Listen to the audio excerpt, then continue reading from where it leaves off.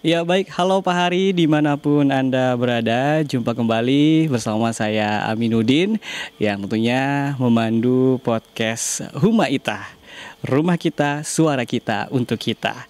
Dan di podcast kali ini atau episode kali ini, menonton ataupun pendengar kita di RRI Pro 1 Palangkaraya, kita akan membahas sebuah topik yang mungkin jarang atau mungkin bukan jarang sih sebenarnya. Orang udah tahu sih, cuman masih perlu diperluas lagi terkait tentang menjaga masa depan kita dengan menanam pohon dan terus melestarikan lingkungan kita, di mana kita sudah ada di persemaian permanen modern yang merupakan garda depan menghadapi bencana. Nah, di tengah ancaman perubahan iklim dan kerusakan lingkungan yang sering terjadi saat ini, kita harus tahu ya bagaimana teknologi dan inovasi dalam persemaian bisa menjadi harapan baru dan untuk melestarikan itu kembali lingkungan kita dan tentunya juga memberi wadah kepada generasi kita atau anak cucu kita nanti ke depannya. Dan hadirin serta pemirsa, kita sudah ada narasumber yang luar biasa sekali. Saya tidak sendiri, nggak mungkin saya menjelaskan ini ya Pak Hari karena pasti ada yang kompeten dalam bidangnya. Kali ini sudah hadir di tengah-tengah kita dan menyiapkan tempat untuk kita, yaitu Bapak Ansar Eshud MSI yang merupakan Kepala Bidang DAS dan RHL. Selamat siang Bapak. Wah, luar biasa, boleh? Ya. Gimana kabarnya hari ini Bapak? Baik. Wah. Cuma cuacanya agak panas. Iya, luar biasa cerah sekali ya. Secerah wajah Bapak hari ini kayaknya. Alhamdulillah. Dan di sampingnya ada Bapak Taufik Rudianto yang merupakan manajer persemaian. Halo Bapak, apa kabar?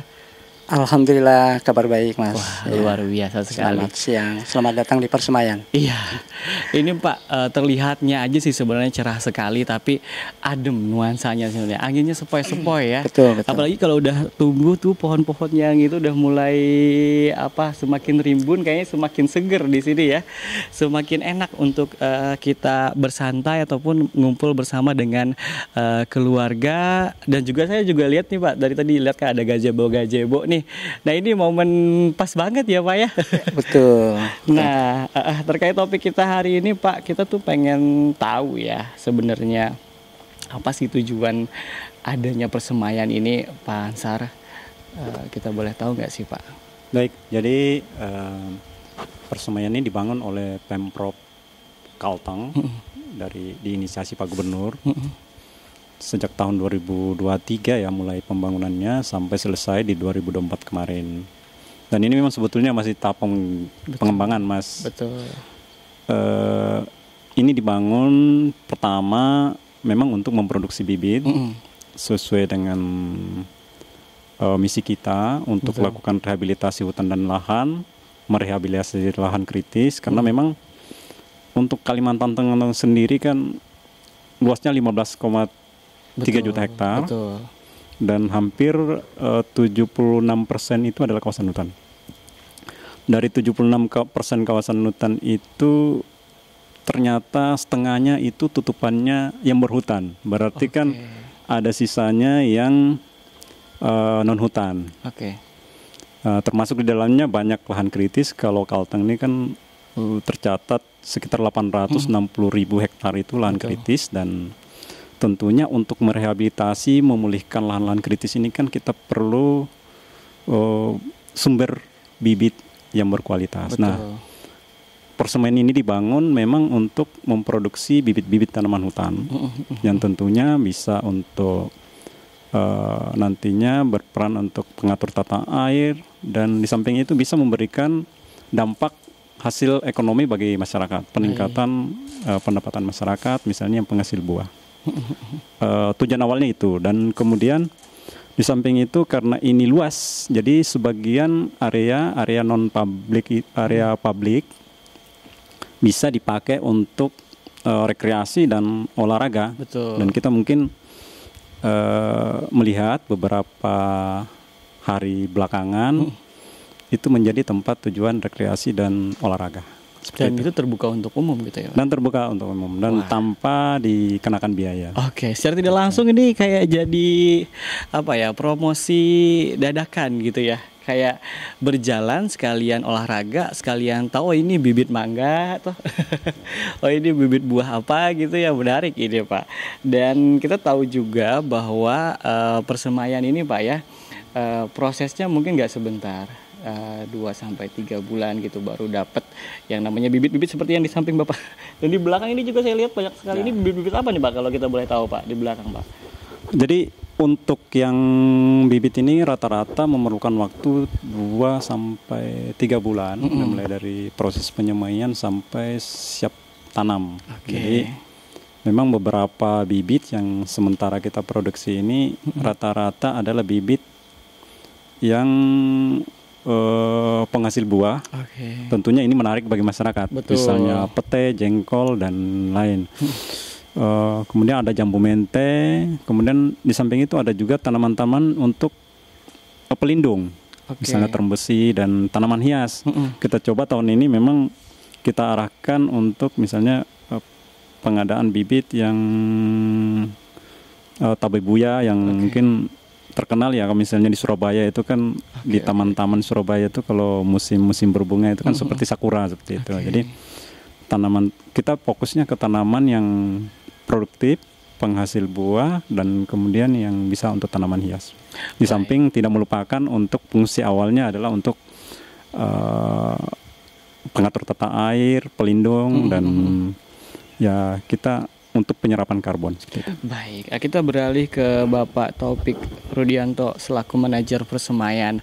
Pak, ini mungkin hampir setahun ya Pak ya, udah berjalan ini.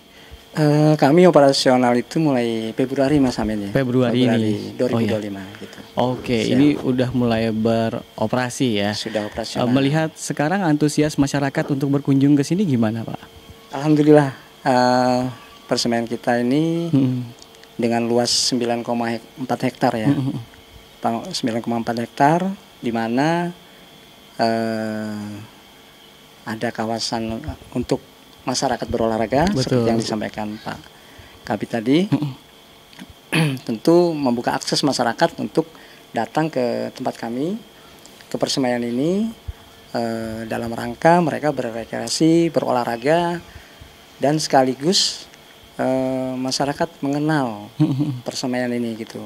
Karena prinsip kami di persemaian ini, semakin banyak yang mengenal persemaian, akan semakin mudah kami membagi bibit seperti itu. Karena memang kami mempunyai tugas untuk mencetak bibit, memproduksi bibit, kemudian mendistribusikan bibit itu untuk masyarakat secara luas di Kalimantan Tengah. Baik Pak Taufik, kalau kita boleh tahu dalam sehari itu bisa memproduksi berapa bibit nih di sini Pak? Oke, makasih. Jadi kami setiap hari hari ini memang pekerjaan teman-teman di sini berbeda-beda, tergantung dengan apa yang ada kegiatan yang bisa dikerjakan hari ini gitu kan. Betul. Tapi rata-rata untuk di bagian produksi kami satu orang itu bisa antara 1000 sampai 1200 polybag per hari. Per hari. Pengisian polybag sehingga capaian itu tentu mengikuti produksinya gitu. Gitu. Jadi nanti diharapkan produksi bibit kami bisa mencapai target yang diberikan oleh Pak Kabit, yaitu 500.000 bibit untuk tahun 2025. Tahun 2025. Tuh. Udah tercapai berapa kalau sekarang kira-kira? Saat ini kurang lebih memang karena kami mulai agak mundur di Februari, kemudian penataan karena ini memang baru ya, persemaian ini kan baru, sehingga infrastruktur seperti yang disampaikan Pak Kabit tadi bahwa masih berjalan, masih ada penambahan fasilitas seperti itu, sehingga kami memang untuk produksi itu masih sambil berjalan. Saat ini sudah kurang lebih di angka 20% gitu. Tapi kami optimis 500.000 bisa kami capai di tahun 2025 ini, mengingat untuk polybag kami sudah full. Oke. Gitu. Untuk polybag seperti semua di belakang ini Oke. sudah kami isi penuh, sehingga kami memang tinggal menunggu bibit, di mana mungkin Mas Amin ketahuin ya, untuk bibit-bibit jenis-jenis tanaman buah-buahan itu tergantung musim gitu. Jadi kami harus menunggu musim buah dulu. Betul. Untuk mendapatkan benih dari jenis tanaman buah-buahan seperti itu. Baik, Pak. Tadi juga Bapak jelaskan ya bahwa memang ini tidak hanya di sini didistribusikan ke daerah-daerah lain di Kalimantan Tengah.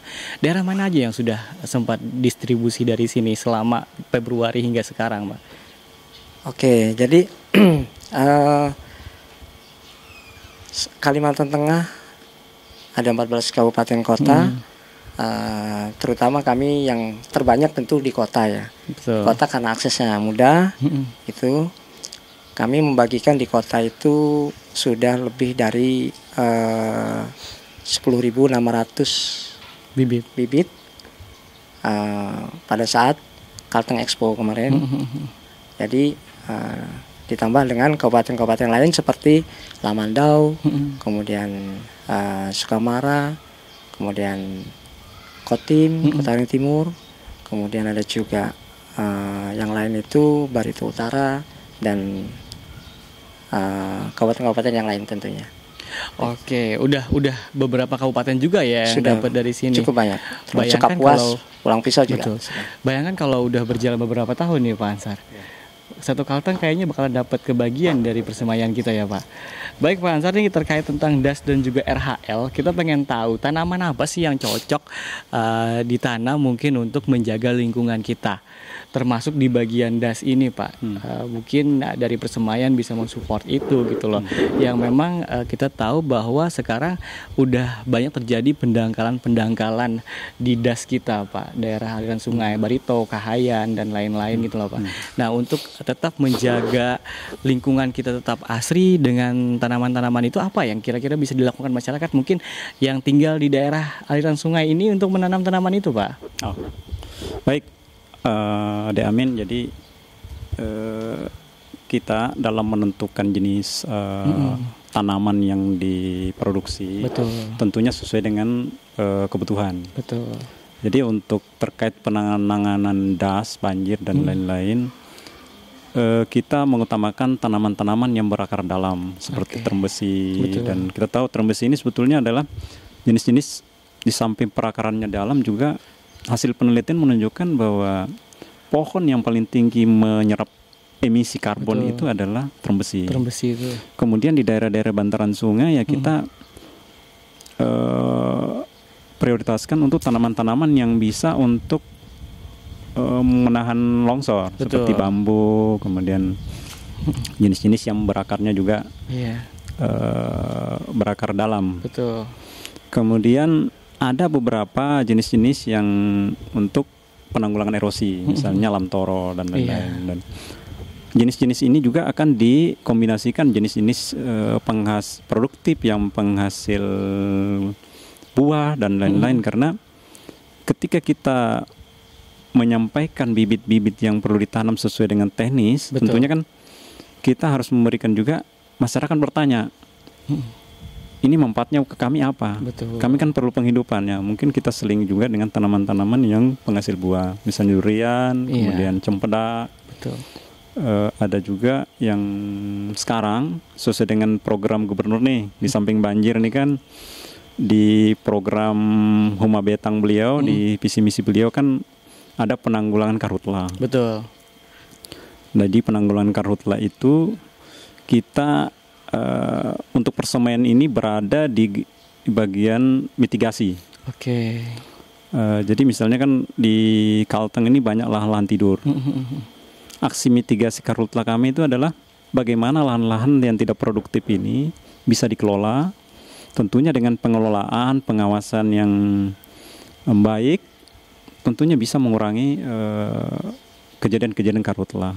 Karena rata-rata lahan yang terbakar ini adalah lahan-lahan yang sifatnya tidak produktif dan terlantar, yang ya mungkin yang pemiliknya seminggu atau bahkan sebulan sekali Menjenguk, ya. Tapi kalau ada tanaman-tanaman, Betul, di situ tentunya kan dia kan mungkin Iya. frekuensi kunjungannya Betul. bisa lebih Kayak sering. nanam durian mungkin Pak ya, takut Ya. dicuri orang jadi mau nggak mau ke lahan gitu. betul. Saya setuju Pak tentang hal itu. Tapi kalau masyarakat sendiri nih Pak ya, mungkin punya pekarangan di luar depan rumah yang cukup luas lah gitu ya. Bapak sarankan untuk masyarakat menanam pohon apa di depan rumahnya agar mungkin satu rumah bisa dapat satu pohon gitu loh Pak. Ya. Oke. Jadi memang ke depan kita di samping yang penanganan lahan kritis, kita juga menggalakkan penghijauan. Ya, penghijauan itu dilaksanakan di pekarangan, di fasilitas umum, fasilitas sosial yang ada di Kalimantan Tengah. Betul. Nah, sebagai informasi saja bahwa beberapa waktu lalu Dinas Kehutanan sudah menjalin kerjasama dengan Kementerian Agama. Jadi Kementerian Agama itu kita kerjasamanya dalam penyediaan bibit di kantor KUA, dan itu sudah termuat dalam perjanjian kerjasama bahwa ke depan kita mencoba suatu terobosan untuk mengenalkan penanaman ini. Misalnya yang ingin mengurus akta nikah ke kantor urusan agama, Betul. kita wajibkan nanam pohon. Jadi bibit kita sediakan di kantor urusan agama. Si pasangan ini harus membawa 2 bibit untuk ditanam, mungkin di kalau sudah punya rumah mungkin di halamannya. Iya. Kalau belum ya mungkin di tempat lain yang kita, kalau di Kalteng ini kan ada namanya tanah palaku. Betul. Tanah yang mungkin dipersembahkan, Adatnya ya, betul. dipersembahkan kepada si mempelai wanita. Ya itulah nantinya sebelum misalnya proses akad nikah ya tanam Betul. dulu dong.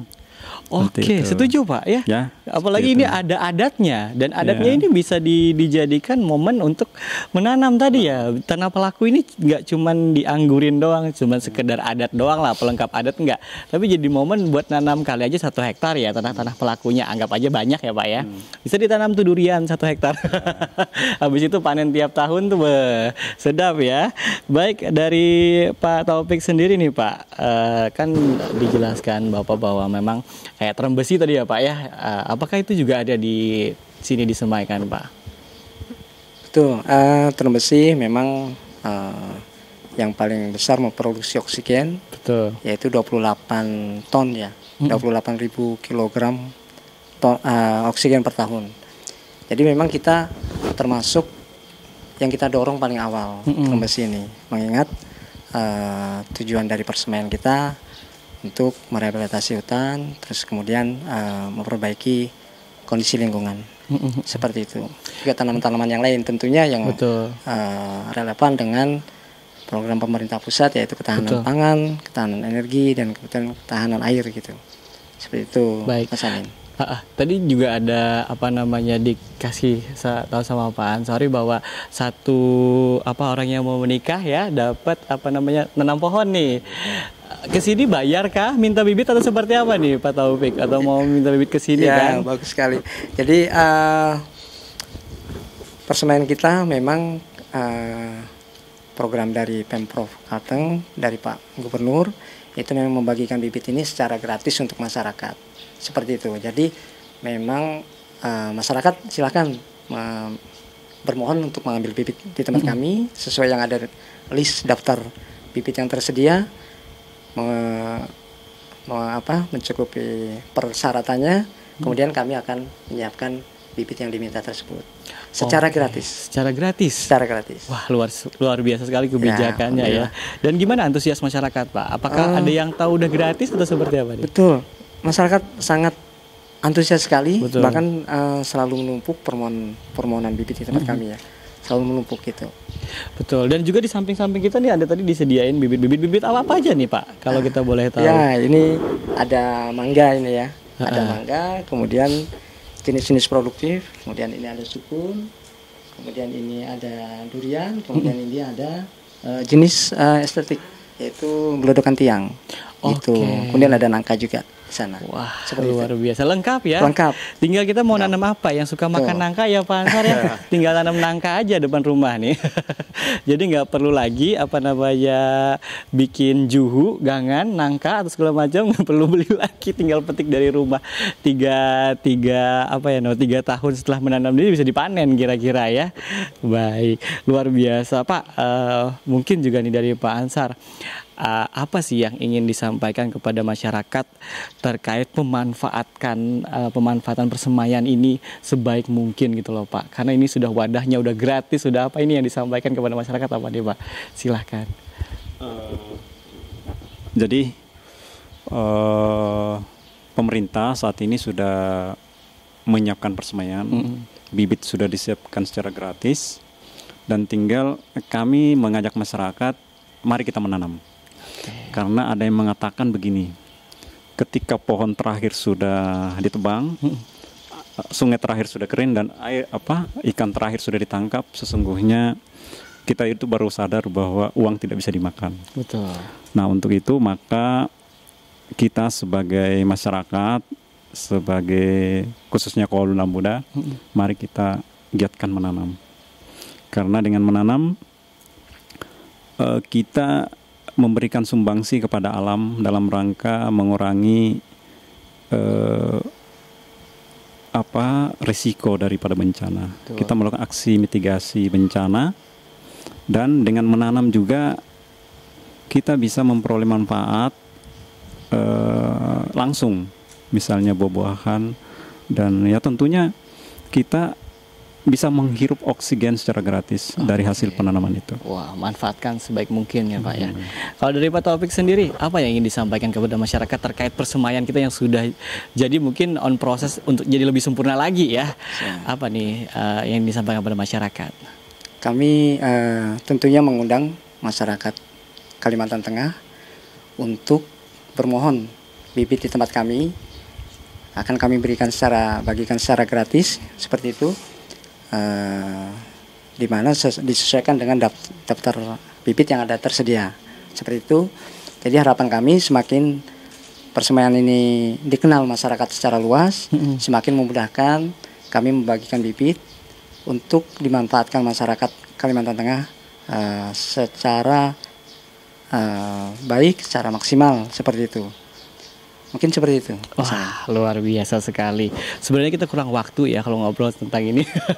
Perlu kita korek lebih dalam lagi, tapi next episode ya. Terima kasih Pak Ansar, terima kasih Pak Taufik udah berbagi tentang bagaimana proses persemaian ini, dan mungkin ini bisa salah satu tangan panjang untuk menyampaikan kepada masyarakat bahwa memang gunakan persemaian ini sebaik mungkin ya Pak Ansar ya. Karena mumpung gratis juga, dan ada kebijakan dari MUI tadi juga ya Pak ya, dari Kemenak ya? Kemenak. Ya, dari Kemenak, bahwa memang nanti satu pasangan satu tanaman atau dua tanaman gitu ya untuk menanam, dan ini juga salah satu bentuk kita peduli terhadap lingkungan. Nah, pemirsa dan juga pendengar, demikian dialog kita di podcast Humaitah kali ini, dan sampai jumpa di podcast Humaitah berikutnya.